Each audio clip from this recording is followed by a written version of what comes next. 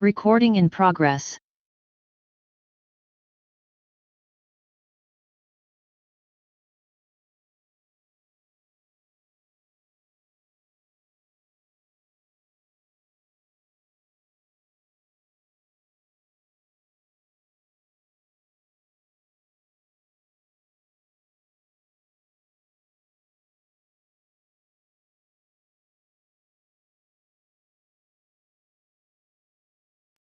Oke, baik. Mas Rizik, barangkali boleh dibantu untuk share screen materiku.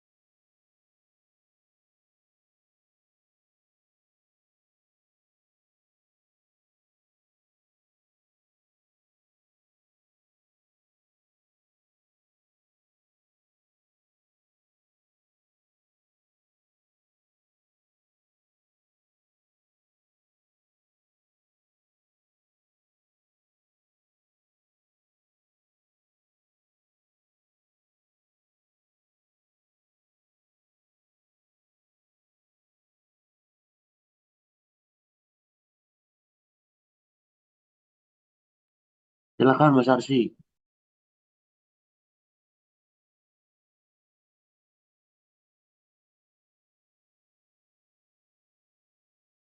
Ya, baik. Suara saya terdengar nggak ya, Mas Rizik? Masuk, masuk. Ya, oke, siap. Oke, teman-teman semuanya, selamat siang. Eh, Salam kenal. Izin saya sambil menunggu boarding, jadi agak apa namanya cukup hektik gitu ya. Saya mohon maaf juga ke teman-teman ini, karena memang jadwalnya yang agak bentrok seperti itu. Nah, tapi nggak apa-apa, kita langsung mulai aja. Pertama, hari ini di sesi kedua ya, di hari Minggu, tanggal 4 Agustus, kita membahas tentang uh, fundamental techniques and tools for effective time management. Dan ini juga masih dalam satu program, yaitu Mastering Personal Development by Talent Hub Kemenaker RI. Nah, ini teman-teman harus ketahui juga bahwasannya pengelolaan waktu itu menjadi kunci gitu ya. Sangat penting apabila kita ingin menunjang produktivitas kegiatan kita sehari-hari. Dan manfaat dari pengelolaan waktu atau time management ini juga pasti bisa dirasakan oleh semua kalangan seperti itu. Tidak mengenal siapa dia, dari mana asalnya, dan seterusnya. Saya juga izin untuk efektivitas off-cam dulu ya. Nah, ini boleh dilanjut Pak Rizik. Nah, ya ini mastering your time for greater productivity. Jadi sebenarnya kita harus mulai dari apa sih time management itu. Jadi teman-teman mungkin sudah familiar, tapi barangkali kita bisa ulas juga. Dan sepenting apa sih sebetulnya? Jadi time management itu adalah satu proses pengorganisasian dan perencanaan bagaimana membagi waktu Anda di antara aktivitas tertentu. Nah, saat ini juga sebetulnya saya sendiri sedang melakukan apa yang namanya time management itu gitu. Saya harus ada di satu tempat dengan ada juga agenda apa namanya bersama teman-teman talent hub saat ini, dan itu butuh pengelolaan waktu yang baik seperti itu. Nah, memang tempatnya yang agak kurang kondusif dan saya tidak menemukan tempat untuk bisa membuka laptop seperti itu, sehingga ada hal-hal yang memang di luar kendali kita juga. Nah, tapi kewajiban-kewajiban yang sudah seharusnya kita lakukan itu tetap terlaksana seperti itu. Nah, itu juga bagian dari time management atau pengelolaan. Nah, teman-teman juga mungkin nanti akan bertemu dengan case-case semacam ini di kehidupan sehari-hari, dan teman-teman perlu melakukan apa yang namanya time management tadi seperti itu. Boleh dilanjut, Pak Rizik? Nah, kita juga harus pahami juga bahwasannya fungsi dari time management itu banyak sekali, dan juga manfaat yang bisa didapat juga banyak sekali. Nah, kita bisa sebenarnya dalam pengimplementasiannya nanti kita juga harus tentukan apa-apa saja yang mungkin nanti bisa kita raih seperti itu ya, goals-goals kita dan lain sebagainya. Nah, kalau aku sendiri terbiasa menggunakan konsep yang namanya SMART goals. Jadi SMART goals itu apa? Yang pertama ada spesifik.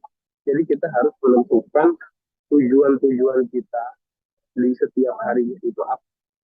Gitu kayak misalnya, oke, kita harus hari ini saya harus berangkat ke Batam misalnya. Nah, itu goals pertama. Jadi harus spesifik. Terus di Batam harus sampai jam 5 sore. Nah, kemudian saya untuk mencapai bandara, sementara boardingnya itu jam 2 siang misalnya. Nah, berarti untuk mengamankan pos-pos tadi, maka teman-teman harus sampai bandara sebelum boarding jam 1 siang. Seperti itu. Jadi targetnya atau ya targetnya itu jelas, harus spesifik begitu. Kemudian measurable. Measurable ini artinya terukur ya. Jadi teman-teman kayak yang tadi saya sampaikan, bahwa ketika teman-teman punya target jam 2 harus boarding di bandara, berarti teman-teman harus mengukur apakah ketika saya berangkat jam 12 dari rumah, sementara rumahnya itu ada di Bekasi, cukup atau enggak waktu. Nah, itu bagian dari konsep SMART ini, artinya measurable tadi atau terukur tadi. Kemudian ada achievable. Jadi harus pencapaiannya ini harus realistis sehingga bisa dimasukkan di dalam pengelolaan punya teman-teman. Selanjutnya adalah relevan. Relevan ini artinya harus objektif, harus sesuai dengan apa yang sendiri kita lakukan. Nah, ini terakhir ada T, atau time bound, atau teman-teman harus melakukan deadline gitu, harus memiliki deadline. Kapan teman-teman harus menyiapkan tugas teman-teman, apabila misalnya teman-teman harus ditunggu ya oleh dosen, asal teman-teman misal ditunggu tugasnya itu 2 hari lagi, tapi teman-teman harus set timeline teman-teman sendiri atau deadline teman-teman sendiri gitu, hari misalnya sebelum ditagih oleh dosen atau teman-teman. Jadi itu tadi teman-teman, ada konsep-konsep yang mungkin bisa memudahkan teman-teman untuk melakukan pengelolaan waktu teman-teman ini. Kalau aku biasanya pakai SMART gitu tadi, spesifik, measurable, achievable, relevan, dan time. Seperti itu. Boleh dilanjut, Pak Rizik? Nah, ini juga ada alat bantu yang bisa dipakai oleh teman-teman dalam pengelolaan waktu. Ini ada Eisenhower Matrix. Eisenhower Matrix ini juga membagi mana-mana saja yang teman-teman bisa lakukan, mana-mana saja yang teman-teman bisa raise sebagai jadwal ya atau schedule, dan mana-mana saja kegiatan-kegiatan yang sekiranya itu bisa didelegasikan ke orang lain begitu, dan mana-mana saja juga kegiatan yang harus dihilangkan dari jadwal ini. Nah, Eisenhower Matrix ini membagi itu supaya teman-teman bisa lebih mudah dalam penerapan time management-nya itu sendiri. Jadi kategori tadi itu dibagi dua. Ada yang important atau yang penting, dan ada yang not important atau yang tidak penting. Nah, yang tidak penting ini terbagi ke dalam dua lagi. Ada yang mungkin golongannya tidak penting tapi cukup penting, ini bisa didelegasikan, gitu ya. Ada juga yang betul-betul tidak penting, ini bisa dihapus atau ditinggalkan seperti itu. Dan yang penting, nah yang penting juga terbagi dua. Ada yang memang harus dilakukan, artinya teman-teman harus hadir. Seperti saya saat ini, saya merasa ini sangat penting, sehingga saya harus hadir bagaimanapun caranya. Meskipun di satu di saat COVID sama, ini harus boarding. Jadi itu tadi ada prioritas-prioritas, skala prioritas mungkin bisa dilakukan oleh. Dan yang kedua, di jadwal, di schedule. Jadi mana walaupun itu penting, tetapi teman-teman harus memberi jadwal. Kapan bisa dilakukan, kapan bisa dilakukan. Nah, Eisenhower Matrix ini membagi teman-teman itu atau apa yang boleh dilanjut tadi. Nah, yang selanjutnya ada time blocking. Teman-teman dalam wajib memiliki time block. Time block apa? Time block ada di mana teman-teman bisa mengalokasikan waktu tertentu untuk aktivitas yang berbeda-beda. Nah, misalnya teman-teman kuliah kerja, teman-teman kerja, gitu ya. Tapi teman-teman juga harus menyeimbangkan dengan kegiatan yang lain. Teman-teman punya hobi, nah, ini misalnya main bola. Ya udah, berarti teman-teman harus waktu untuk hobi supaya teman-teman tetap sehat, gitu. Tetap fresh. Jadi time block itu penting lah, apa namanya, schedule untuk menyeimbangkan teman-teman apa yang lain seperti itu aja gitu. Kemudian juga teman-teman harus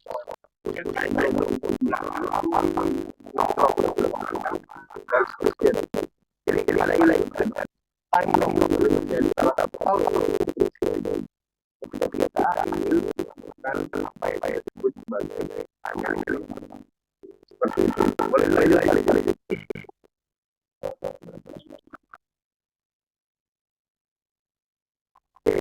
Yang selanjutnya ini ada teknik-teknik atau cara-cara kita dalam melakukan time management.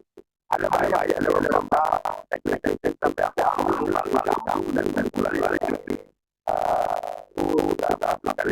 Ada namanya Pomodoro Technique. Apa itu Pomodoro Technique? Jadi Pomodoro Technique itu adalah teman-teman melakukan hal-hal yang ingin dilakukan tapi belum dilakukan. Misalnya teman-teman mau jalan-jalan tugas, gitu ya. Nah, teman-teman jalan tugas itu kira-kira jam, tapi teman-teman memilih menghabiskan waktu sekitar 20 menit atau 30 menit untuk fokus pada hal untuk sisanya 30 menit lagi bisa dicampur. Jadi ada yang gampang mulai ini.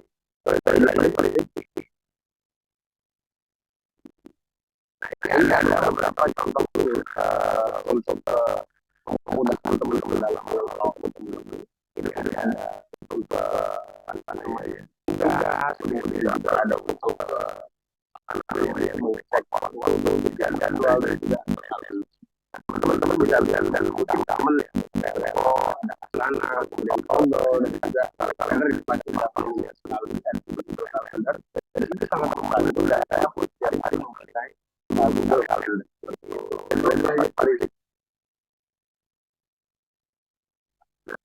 Jadi dia recapnya. Jadi memang pentingnya menetapkan tujuan dan prioritaskan tugas dan menggunakan teknik manajemen waktu yang efektif untuk kemudian teman-teman bisa mencapai apa yang menjadi target teman-teman seperti itu. Tidak ada yang miss, kemudian apa yang teman-teman inginkan juga tetap tercapai seperti itu ya.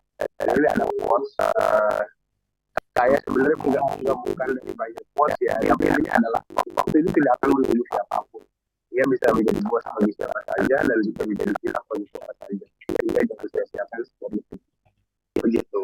Saya mohon maaf, eh, masih banyak yang kurang, tapi memang ini keadaannya sangat apa namanya kurang memungkinkan untuk kita bisa diskusi lebih dalam lagi. Tapi saya janji di kesempatan-kesempatan lain saya terbuka untuk berdiskusi tentang hal ini lebih seperti itu.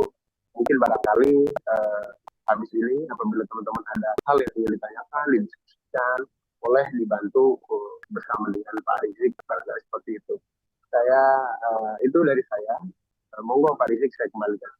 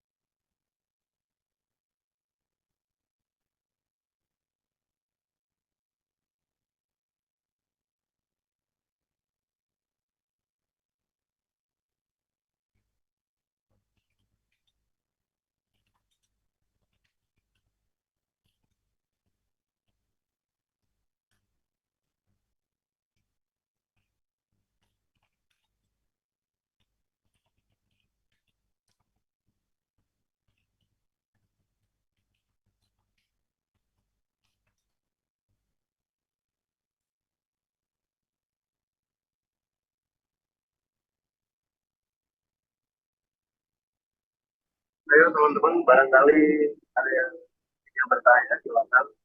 Silakan, teman-teman.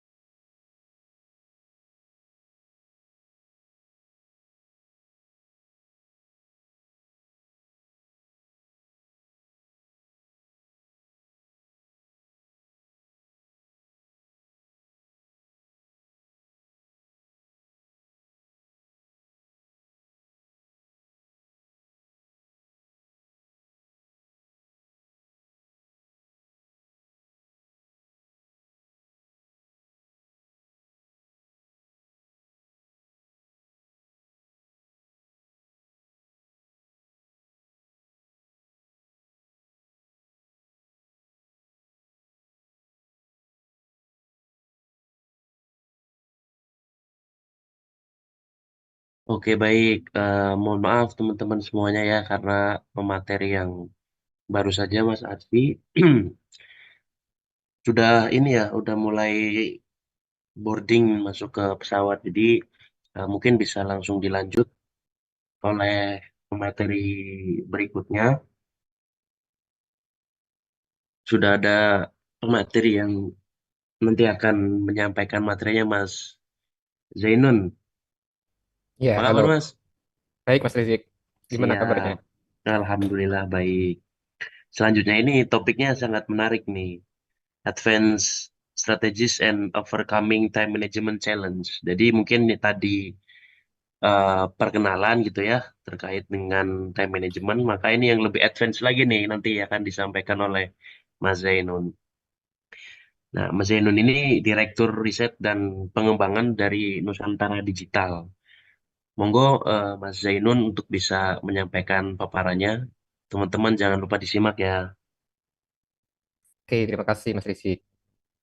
Oke, selamat siang teman-teman semua. Assalamualaikum warahmatullahi wabarakatuh. Mungkin beberapa udah kenal ya kan, kayaknya pesertanya sama kayak yang kemarin di AI. Nah, tapi kalau kali ini aku mau ngisi terkait dengan tata cara untuk bisa overcoming berbagai macam hambatan yang berupa penumpukan pekerjaan gitu. Karena kita ini kan sekarang hidup di era digital ya, di mana pekerjaan itu bahkan bisa di WhatsApp di jam 12 malam gitu. Jadi eh, dan dunia kita berjalan dengan sangat cepat gitu. Jadi kita butuh sesuatu yang bisa membuat pekerjaan dan aktivitas-aktivitas kita menjadi lebih teratur. Nah, itu ada ilmunya juga ya, ada skill set yang harus kita miliki dan ada beberapa teknik bisa kita kembangkan. Nah, di sini aku akan ngomongin itu ke teman-teman semua. Nah, saya udah nyiapin PPT juga, jadi saya akan share screen ya.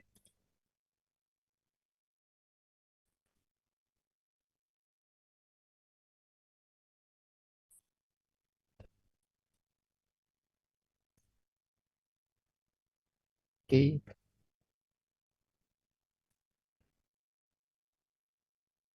ya kelihatan ya.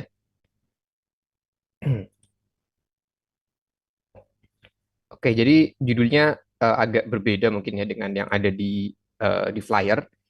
Jadi di sini judulnya sedikit kurombak menjadi Advanced Time Management Strategies, Overcoming Challenge and Achieving Balance gitu. Jadi bagaimana kemudian kita mengembangkan sebuah strategi manajemen waktu gitu, supaya kita bisa mendapat keseimbangan nih.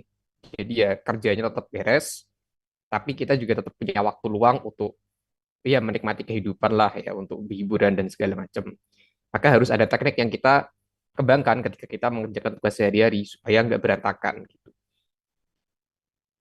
Oke, nah pertama kita coba identifikasi dulu ya. Kira-kira apa aja sih di masa ini yang membuat kita itu terhambat gitu untuk melakukan pekerjaan-pekerjaan yang produktif. Sebetulnya kalau kita coba untuk analisis ya, masalahnya itu ada tiga yang utama. Ada procrastination, jadi bagaimana kita sering untuk menunda-nunda pekerjaan. Kemudian ada multitasking, karena ada banyak pekerjaan, jadi kita cenderung untuk melakukan banyak pekerjaan itu dalam satu waktu, yang akhirnya menjadi tidak efektif. Gitu. Kemudian ada distraction, jadi karena kita sekarang pegang HP ya, kita bisa mengakses banyak sekali hal dalam satu kali pencet, dan sekarang ada tren Reels juga, Shorts, TikTok gitu, yang membuat kita selalu terdistraksi itu dengan konten-konten baru, dengan informasi baru. Nah, itu tiga hal ini sebetulnya membuat kita sangat kesulitan untuk produktif di era yang sekarang ini. Gitu. Nah, kenapa sih tiga hal ini bisa terjadi gitu ya? Kenapa kita kok procrastinate? Kenapa kok kita kok cenderung multitasking? Kenapa kok kita susah untuk fokus? Jadi kalau procrastination itu sebetulnya adalah, kalau menurut penelitiannya si Stills di sini, terjadi karena sebetulnya kita gagal untuk meregulasi diri. Jadi alih-alih kita berusaha untuk melakukan produktivitas yang nanti menghasilkan kepuasan jangka panjang, kita malah berusaha untuk mendapatkan kenikmatan-kenikmatan jangka pendek. Gitu. Akhirnya karena kita nggak mau nih, kita mengerjakan sesuatu yang hasilnya nanti masih lama gitu ya, di waktu yang masih lama nanti ketika pekerjaannya udah selesai. Kita baru mengalami kepuasan. Gitu. Nah, kita cenderung buat menunda dengan cara kita melakukan sesuatu yang short term sifatnya gitu. Ya pada akhirnya kita kemudian mencari distraksi. Ya kita buka TikTok lah, kita buka Reels gitu ya. Padahal sebenarnya yang namanya distraksi itu meskipun mungkin kalau TikTok ya cuma 8 detik, Reels cuma 8 detik gitu. Tapi kan kalau kita melakukannya tanpa ada consciousness, tanpa ada kesadaran, itu biasanya 1 jam ya scrolling doang gitu-gitu, nggak melakukan apa-apa. Itu kan sangat mengganggu produktivitas kita dalam bekerja. Gitu.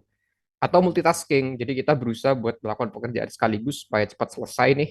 Eh, jadi kita langsung lakukan 2 pekerjaan atau 3 pekerjaan sekaligus gitu. Nah itu juga sesuatu yang nggak baik sebetulnya karena pertama itu akan memecah fokus kita. Jadi justru satu pekerjaan yang harusnya bisa selesai dalam setengah jam misalnya kalau kita fokus. Ketika kita multitasking itu bisa selesainya 45 menit, bisa selesai 1 jam gitu. Jadi malah tambah lama sebetulnya ketika kita melakukan multitasking karena kita sebenarnya sebagai manusia tidak bisa untuk memecah fokus. Jadi ketika kita memecah fokus itu sebetulnya kita hanya berpindah secara cepat ya, antara satu pekerjaan dengan pekerjaan yang lain. Atau misalnya kalau di era sekarang ya kita kerja siang serius gitu ya, sambil dengerin musik itu sebenarnya juga agak ini juga ya, agak multitasking juga karena pertama kita mikir, yang kedua kita dengerin lagu gitu.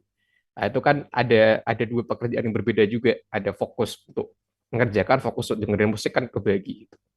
Itu sebenarnya juga kebiasaan yang kurang baik untuk meningkatkan produktivitas kita. Nah, terus gimana caranya gitu ya supaya kita uh, bisa untuk mengatasi 3 tantangan tersebut gitu. Nah, kita coba bahas procrastination-nya dulu ya. Jadi yang namanya procrastination itu punya punya cycle, uh, punya daur step-step gitu yang akan berulang kembali gitu. Jadi akarnya dari mana sih? Kan pertama kita tuh procrastinate ketika kita mendapatkan sebuah task, sebuah tugas yang unpleasant, yang nggak nyaman bagi diri kita. Misalnya suruh ngerjain skripsi itu kan nggak nyaman ya.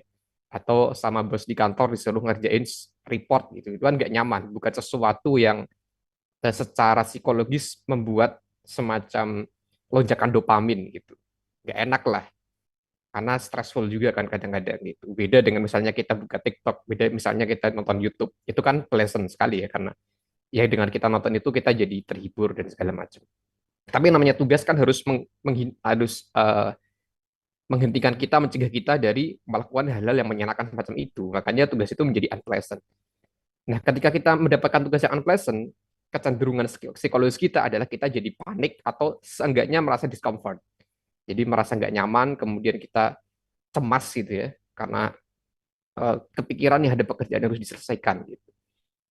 Nah, ketika kita cemas, itu titik poinnya di sini sih. Ketika kita cemas, kalau kita nggak punya regulasi diri yang baik, kita bukannya cepat-cepat ngerjain tugasnya, tapi kita malah mencari pelarian terkadang. Jadi kita menghindari avoidance atau kita mencari sesuatu yang bisa mendistraksi kita dari kecemasan kita.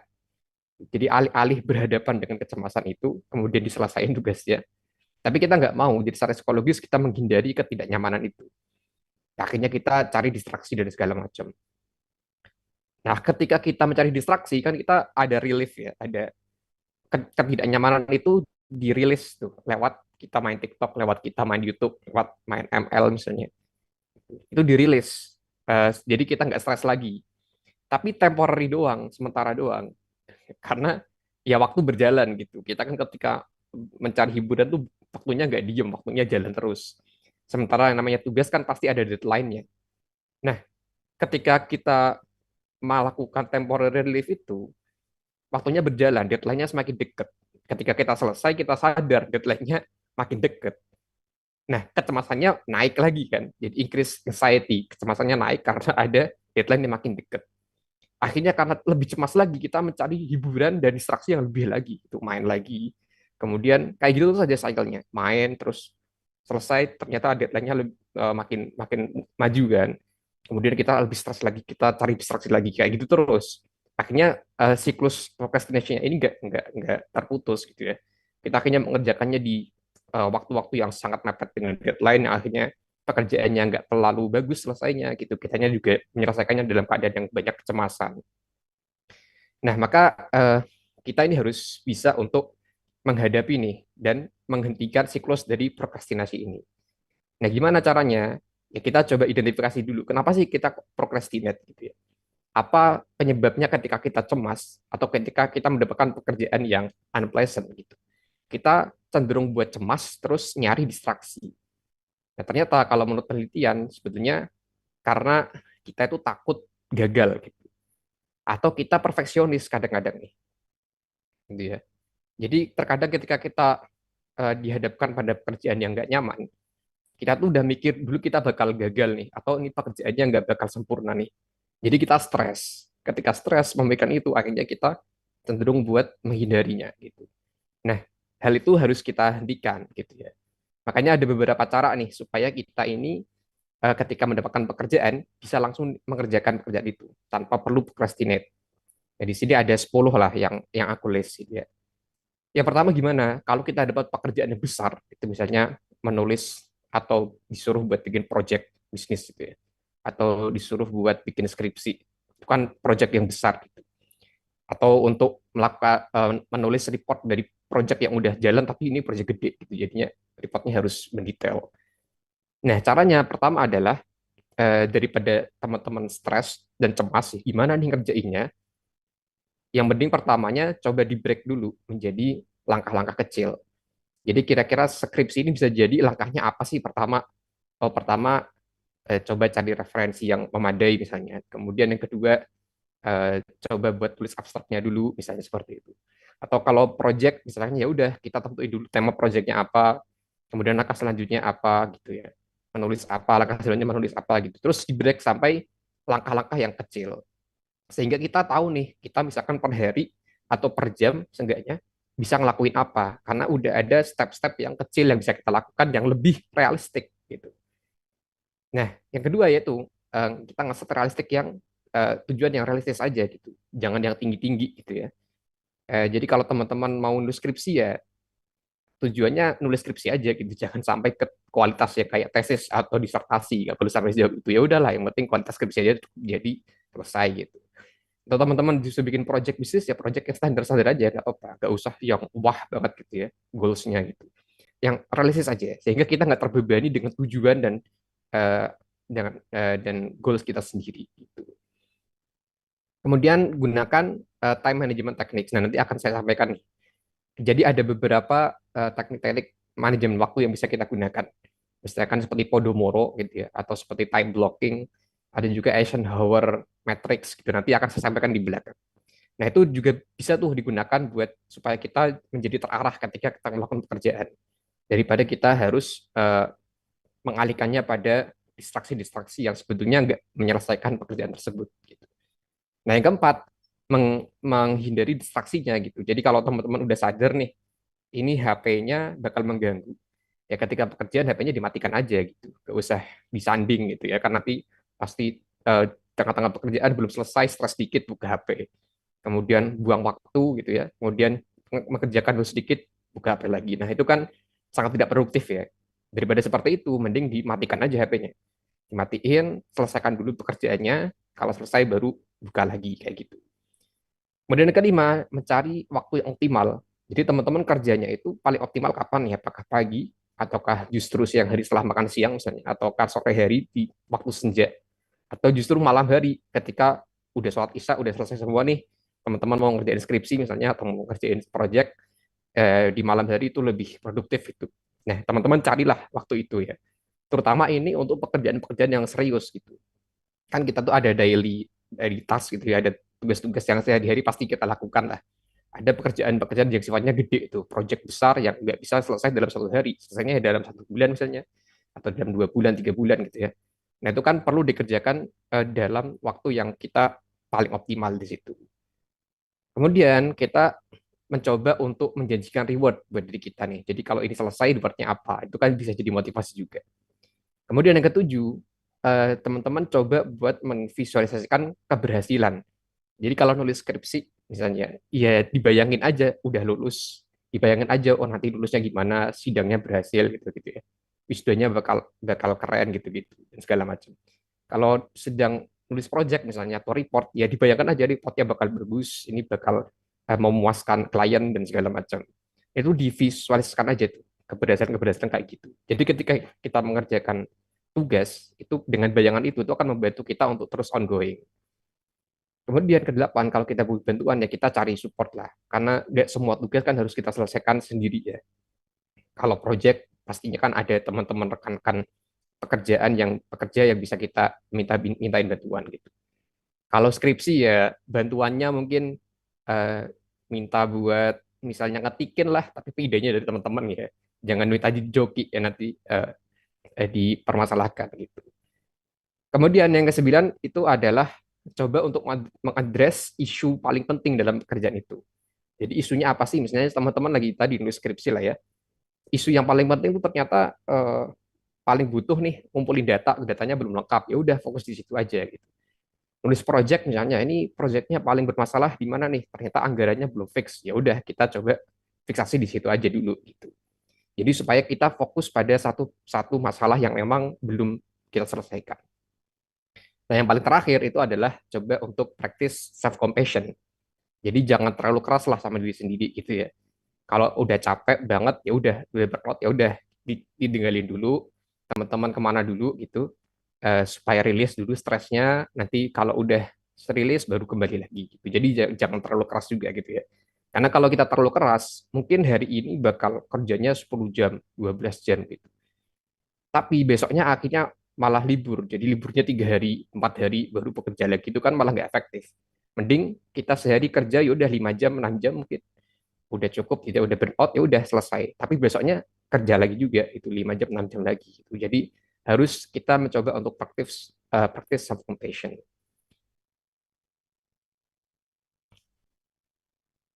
Nah, selain prokrastinasi tadi kan ada multitasking juga. Nah, ini juga sebenarnya kita tuh cenderung ini ya, mikirnya kan kalau menyelesaikan pekerjaan banyak sekaligus itu kan lebih efektif karena sekali sekali kerja langsung selesai 2, 3 pekerjaan. Nah, itu sebenarnya mitos ya, karena kita itu justru ketika kita melakukan lebih dari satu pekerjaan, itu kemampuan kognitif kita menurun tuh. Akhirnya performance kita juga menurun dan akan meningkatkan eh, peluang kesalahan lebih banyak gitu. Jadi kalau kita melakukan multitasking itu justru akan memperlambat pekerjaan kita. Jadi misalnya ada 2 pekerjaan, masing-masing seharusnya kalau kita fokus bisa selesai setengah jam. Jadi 1 jam selesai harusnya 2 pekerjaan misalnya seperti itu. Tapi karena kita multitasking, akhirnya satu pekerjaan selesainya 45 menit misalnya. Pada akhirnya memang satu kali kerja selesai 2 pekerjaan, tapi selesainya dalam 1 jam 30 menit. Kan lebih lama ya daripada kita fokus satu-satu dulu aja. Nah, karena memang realitasnya seperti itu. Justru kita lebih fokus, lebih bagus ngerasain pekerjaan kalau kita fokus aja pada satu pekerjaan. Jadi fokus dulu, kalau udah selesai baru kita pindah ke pekerjaan yang lain. Kayak gitu. Itu terkait dengan multitasking ya. Nah, kemudian memang ada ini khususnya kalau teman-teman kerjanya di kantor ya, ada beberapa distraksi, dilema terkait distraksi itu karena biasanya kan teman-teman mungkin ada yang bekerja di ruang pekerjaan yang terbuka gitu, nggak ada sekat-sekatnya, jadi ya antar pekerja itu bisa saling ngobrol satu sama lain gitu ya. Ini kan kalau di desain modern kan tujuannya ya biar komunikasinya efektif gitu. Kalau ada satu karyawan pengen ngobrol sama karyawan yang lain, langsung ngomong aja gitu, nggak perlu pindah-pindah tempat gitu, langsung bilang aja. Tapi sebenarnya ini juga agak dilematis gitu. Jadi model eh, tempat kerja kayak gini karena ya tadi, jadi kita nggak bisa fokus ketika mengerjakan suatu pekerjaan karena akan diganggu oleh coworker yang lain gitu ya. Akan diminta mengerjakan ini padahal masih masih melakukan satu pekerjaan yang lain belum selesai gitu. Nah, ini jadi dilema kan bagi kita ya. Jadi punya dampak pada bagaimana kita fokus pada suatu pekerjaan. Nah, strateginya gimana? Strateginya kalau memang kantornya seperti itu dan kita nggak punya kuasa ya buat mengubah eh, tata kerja dari sebuah kantor, ya kita bisa bekerja sama dengan teman kerja kita lah. Jadi coba untuk bekerja sama kalau masih ada pekerjaan, ngomongnya nanti dulu aja gitu. Ketika pekerjaan ini udah kelar. Dan teman-teman juga bisa men-disable notifikasi dari HP. Jadi ketika teman-teman selesai kerja baru nih buka notifikasi kira-kira pekerjaan apa lagi yang bisa dilakukan. Jangan lagi kerja terus buka notifikasi di kantor gitu ya. Itu jadi mengganggu juga kan. Kemudian bikin atau menggunakan website blocker juga supaya teman-teman ketika kerja itu nggak bisa nih buka website-website yang aneh-aneh, ke Zuma-Zuma gitu ya lagi kerja gitu, itu nggak bisa. Jadi pakai website blocker gitu. Terus ya tuh berkomunikasi dengan teman supaya ketika lagi kerja jangan ada interupsi-interupsi yang sebetulnya bisa ditunda setelah nanti kerjanya selesai. Nah, kemudian di 3 slide terakhir ini ya, saya akan coba untuk kasih teman-teman beberapa teknik supaya bisa untuk memanajemen waktu dengan baik. Yang pertama adalah teknik prioritasasi. Jadi supaya kita bisa melakukan pekerjaan sesuai dengan prioritasnya. Nah, cara yang paling gampang itu pakai Eisenhower Matrix namanya. Jadi ini adalah sebuah matrix ya, sebuah eh, empat empat kolom gitu. Yang isinya adalah yang pertama list untuk pekerjaan yang penting dan mendesak, yang itu harus dilakukan sekarang. Kemudian 2 pekerjaan yang dia penting tapi nggak mendesak. Nah, jadi kita masukkan dalam schedule. Atau pekerjaan yang sebenarnya dia penting tapi nggak mendesak. Dalam arti nggak mendesak, nggak harus kita yang lakuin. Gitu. Mendesak tapi nggak penting. Mendesak tapi nggak penting. Nggak penting dalam arti nggak harus kita yang lakuin. Gitu. Bisa orang lain. Gitu ya. Ya udah kita delegasikan ke orang lain. Kemudian yang terakhir nggak mendesak, nggak penting juga. Nah, ini kita delete aja ya, nggak usah kita perhatikan dari pekerjaan-pekerjaan kita. Karena biasanya kan kita tuh punya ambisi buat melakukan pekerjaan dan yang sebenarnya nggak mendesak amat gitu ya, dan nggak penting-penting amat itu cuma dalam imajinasi kita aja atau keinginan kita aja buat bisa misalkan dapat skill yang banyak lah bisa produktivitasnya naik gitu. Tapi sebenarnya ini nggak terlalu penting dan nggak terlalu besar. Yang akhirnya ketika kita kerjakan justru nanti mengorbankan kerjaan yang tidak penting. Itu nanti harus di-delete. Nah, teman-teman nih coba nanti setelah webinar ini teman-teman list nih apa aja list pekerjaan atau aktivitas yang teman-teman merasa lakukan itu dalam at least bulan dan 2 bulan ke depan lah ya. Di list lalu dibikin ke dalam tabel sensor ini.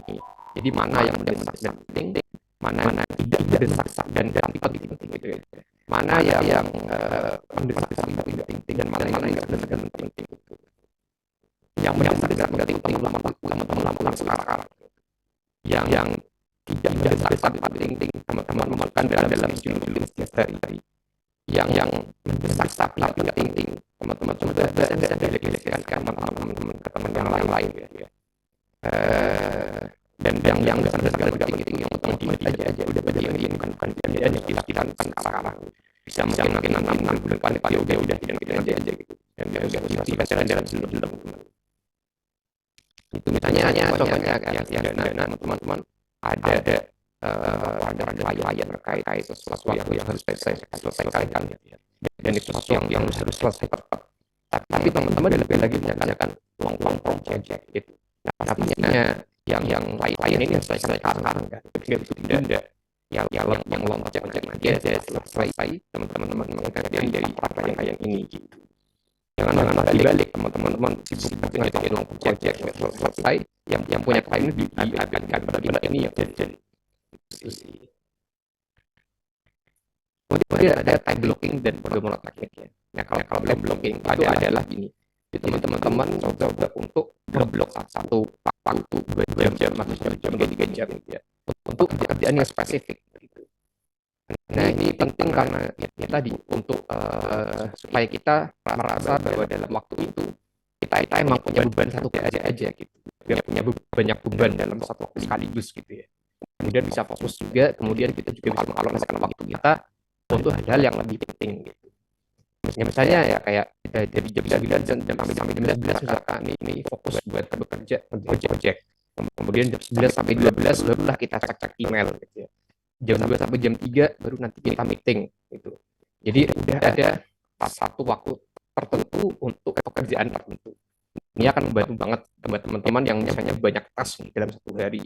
Jadi harus ketik email, harus nulis project, harus nulis laporan, harus ada meeting juga. Nah, daripada semua dipikirin dalam satu waktu yang akan jadi beban mental kita, ya udah kita alokasikan dalam blok-blok waktu tertentu. Itu.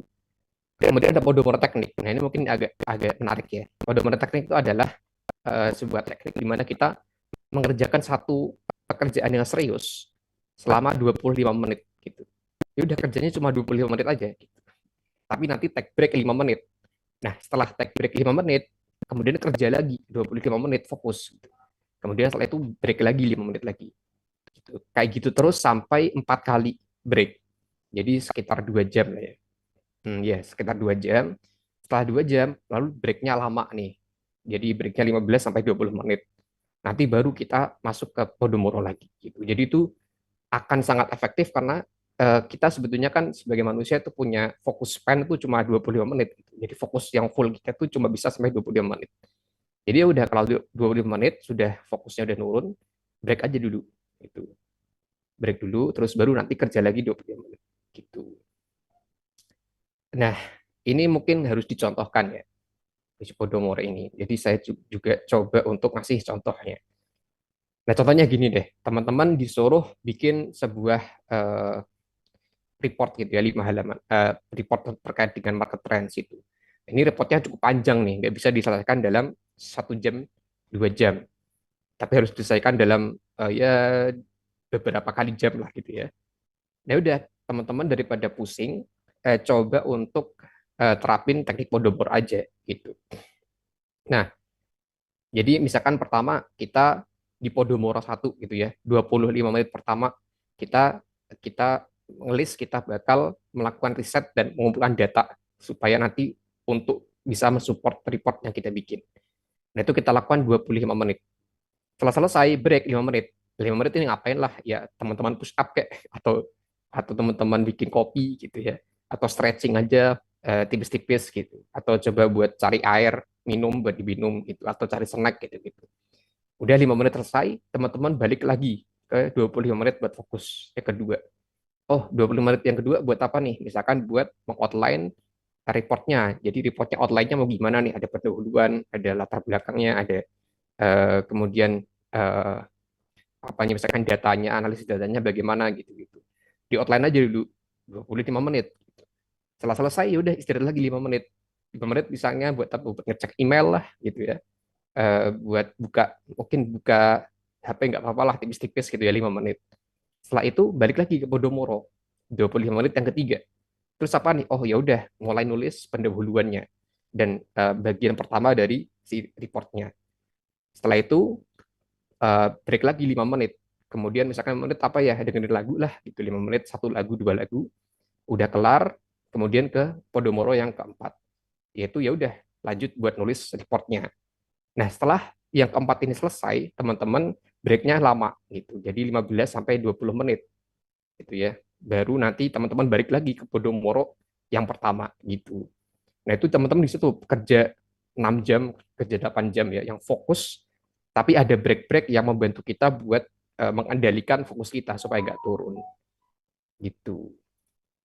Nah, itu aja sih dari saya. Jadi di sini saya akhiri aja dengan quotes ya. Time is what we want most, but what we use first gitu. Jadi ini kata William Penn. Jadi kita tuh sangat mengidamkan waktu yang banyak, tapi nyatanya waktu kita tuh yang paling sering kita buang dengan percuma.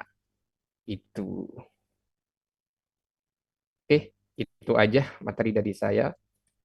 Mungkin selanjutnya kita kita lanjutkan dengan diskusi aja ya. Jadi teman-teman barangkali ada yang mau diskusi, silakan bertanya mungkin. Saya persilakan teman-teman.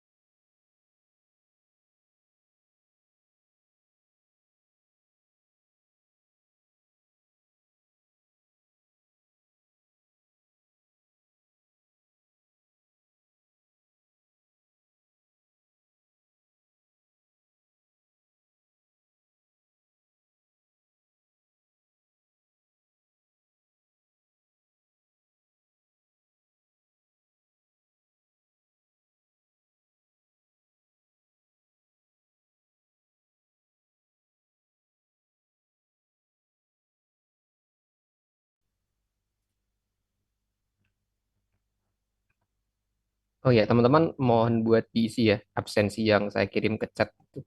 Mohon diisi sembari nunggu mungkin kalau ada yang mau tanya, silakan buat diisi dulu absennya.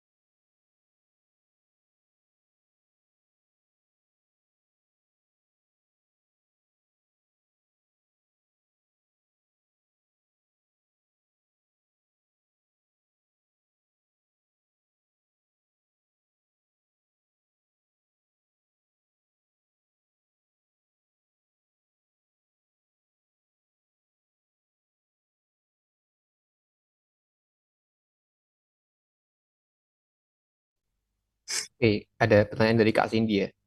Ada Kak, jadi pakai Notion atau Slack gitu. Coba Kak Cindy buka ya, Slack Slack.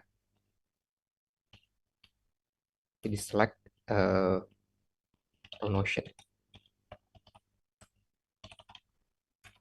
itu ya. Kayaknya harusnya ada deh sesi terkait buat ini ya, buat aplikasi time management. Saya kurang tahu juga. Yang lebih teknis gitu. Jadi tata cara pakai Slack dan tata cara pakai Notion. Itu sih, ada dua tuh Kak Cindy. Kalau yang selain Google Calendar ya. Dan emang itu aplikasi buat ini, buat time management gitu. Buat task management. Buat bisa dicoba sih, buat Slack dan Notion itu. Kayaknya kalau Slack itu kayaknya ini deh, ada yang versi gratisnya juga kayaknya kalau Slack itu. Jadi bisa coba dipakai aja nanti dikepoin lah ya. Dibuka terus coba mungkin kalau masih bingung ya buka tutorial YouTube aja gitu. Bagaimana cara cara menggunakan Slack. Kan nggak terlalu susah ya, nggak seperti AI riset gitu lah. Eh, nggak sekompleks itu. Jadi kurasa bisa dipelajari sendiri sih cara pakainya. Itu Kak Cindy.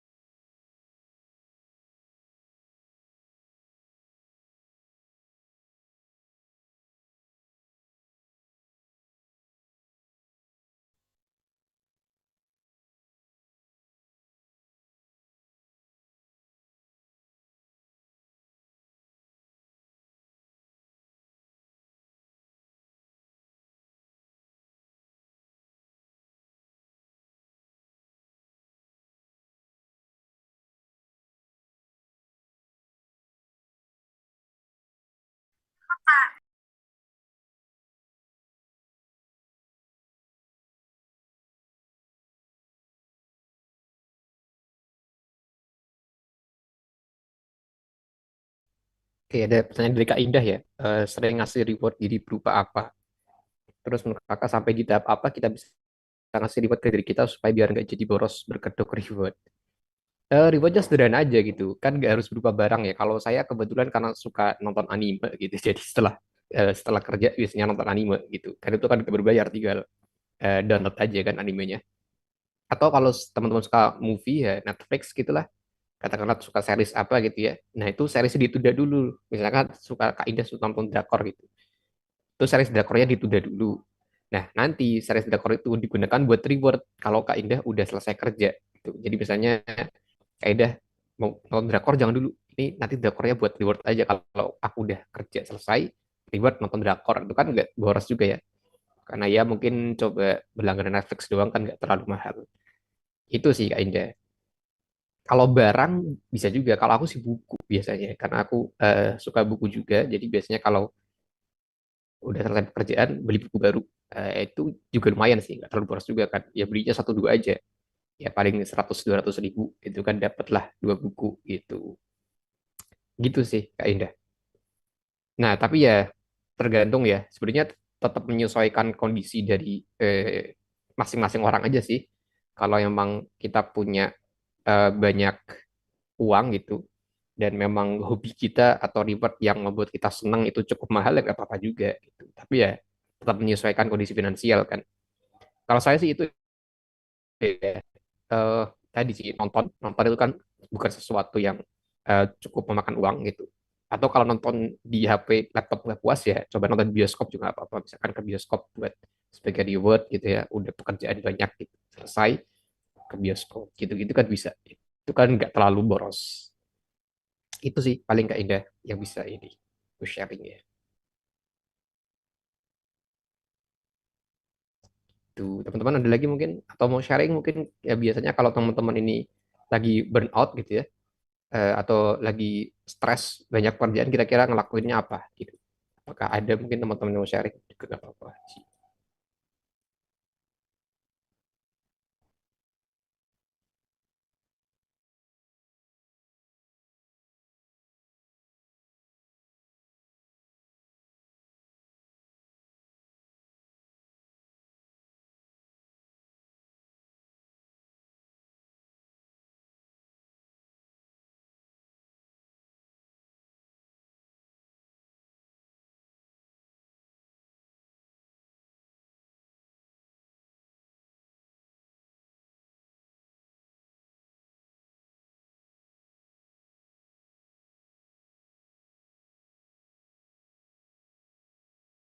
Jualan atau enggak ngojol ya kalau stres kerja, udah juga sih nggak apa-apa sih, malah produktif kan berarti itu bagus malah itu kan. Jadi daripada hiburan-hiburan yang menghabiskan uang ya, kalau emang jualan dan ngojolnya itu bisa rilis stres ya bagus banget sih. Bisa mungkin dicontoh ya mungkin teman-teman yang lain yang punya hobi yang sama gitu. Jadi rilis stresnya dengan jualan atau muncul, ya bagus itu karena lebih produktif juga kan. Jadi waktunya nggak terbuang, dapat omset uang tambahan juga gitu gitu. Jajan bisa juga, kan itu nggak terlalu boros ya. Yang penting itu sih, yang penting jajannya bener-bener habis kerja Kak Indah gitu. Jadi rewardnya betul-betul habis kerja.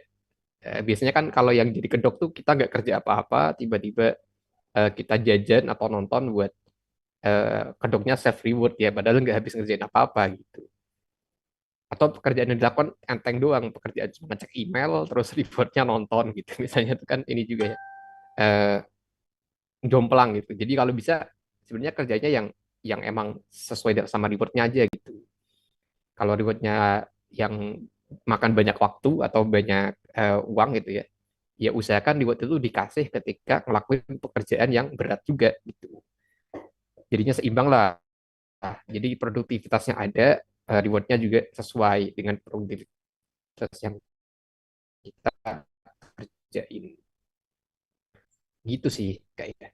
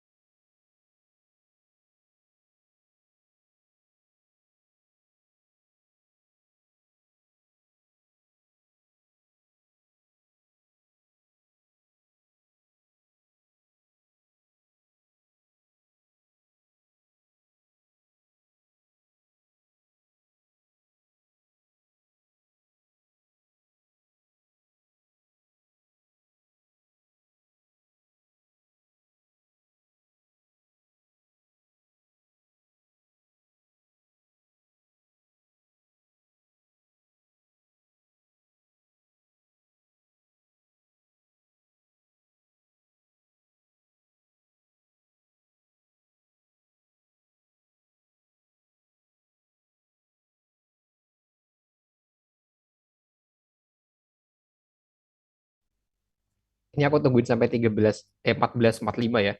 Kalau ada pertanyaan sampai 14.45, nah, nanti aku jawab. Tapi aku izin buat off cam sama ini dulu, mute dulu.